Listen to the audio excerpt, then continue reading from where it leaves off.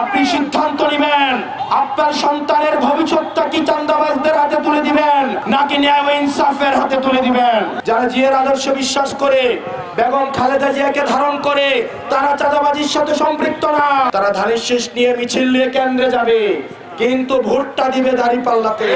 নেতা উপরে হায়ের পক্ষে অবস্থান নেয় কিন্তু কর্মীরা গোপনে ন্যায়ের পক্ষে অবস্থান নিচ্ছে। অনেক ধানের শীষের ভাইয়েরা আছেন তারা মনোকষ্ট নিয়ে আমাদের কাছে আসেন, তাদের নেতারা তাদেরকে টার্গেট দিয়ে দেয় এই সপ্তাহে 5 লাখ ওই সপ্তাহে 10 লাখ। তারাও এসব থেকে মুক্তি চায়, তারাও এসব থেকে মুক্তি চায়। তৃণমূলের অনেক বিএনপির নেতা কর্মী আছে তারা এটার সাথে সম্পৃক্ত না, তারা সেটা করতে চায় না। কিন্তু গত 17 বছর আমার বিএনপির যে ভাইয়েরা নির্যাতিত হয়েছে, নিপীড়িত হয়েছে, গুম খুনের শিকার হয়েছে, আজকে তারা বিএনপিতে তারা হচ্ছে মার্জিনালাইজড।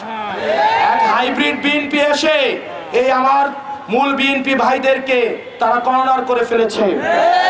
আপনারা বিএনপির ভাইদের কাছে যাবেন যারা জিয়ার আদর্শ বিশ্বাস করে বেগম খালেদা জিয়াকে ধারণ করে তারা চাঁদাবাজির সাথে সম্পৃক্ত না।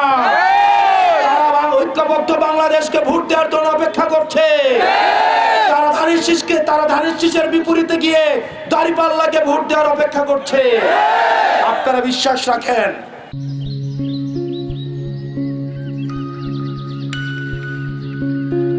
তারা ধানের শীষ নিয়ে মিছিল নিয়ে কেন্দ্রে যাবে কিন্তু ভোটটা দিবে দাঁড়িপাল্লাতে, ভোটটা দিবে হচ্ছে সাপলাকলিতে, ভোটটা দিবে হচ্ছে রিকশা মার্কায়।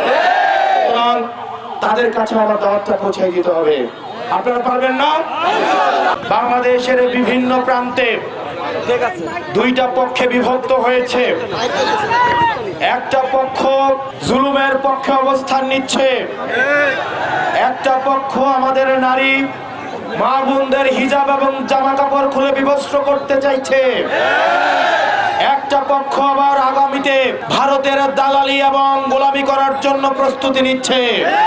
বাংলাদেশের মানুষের আকাঙ্ক্ষার বিরুদ্ধে গিয়ে নেতা উপরে হায়ের পক্ষে অবস্থান নেয় কিন্তু কর্মীরা গোপনে ন্যায়ের পক্ষে অবস্থান নিচ্ছে। আপনারা বুঝতেও পারছেন না কি ধরনের একটা নীরব বিপ্লব ঘটে গিয়েছে। আপনারা কৃষক, কামার, শ্রমিক, মজুর, ব্যবসায়ীদের আর্তনাদ, তারা নীরবে নিভৃত, তারা আর্তনাদ করছে, তারা ভয়ে রয়েছে।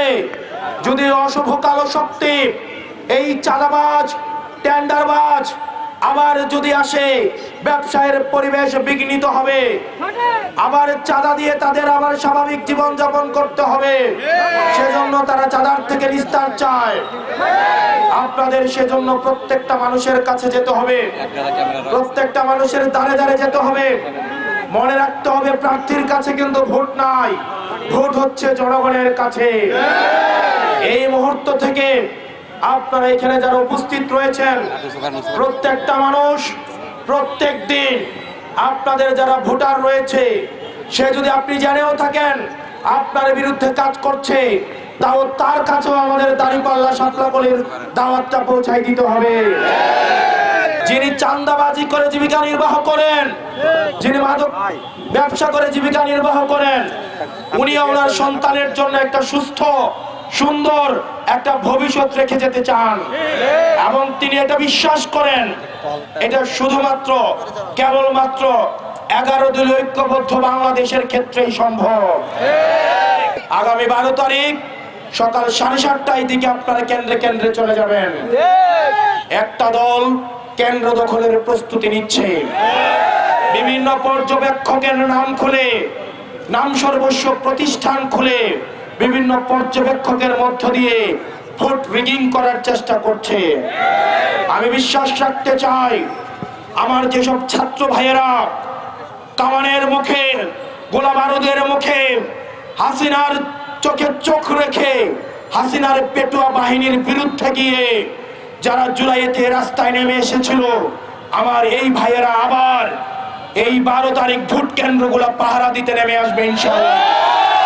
আমি বিশ্বাস রাখি আমাদের ছাত্র শিবিরের ভাইয়েরা, ছাত্র শক্তির ভাইয়েরা সেদিন যদি কেন্দ্রগুলোতে থাকে তাহলে চিরও সাহস করবে না ভোট চুরি করা। আপনাদেরকে 7:30টার দিকে কেন্দ্রে চলে যেতে হবে। এবং ফলাফল না পাওয়া পর্যন্ত কেন্দ্রগুলোতে আপনাদের অবস্থান নিশ্চিত করতে হবে।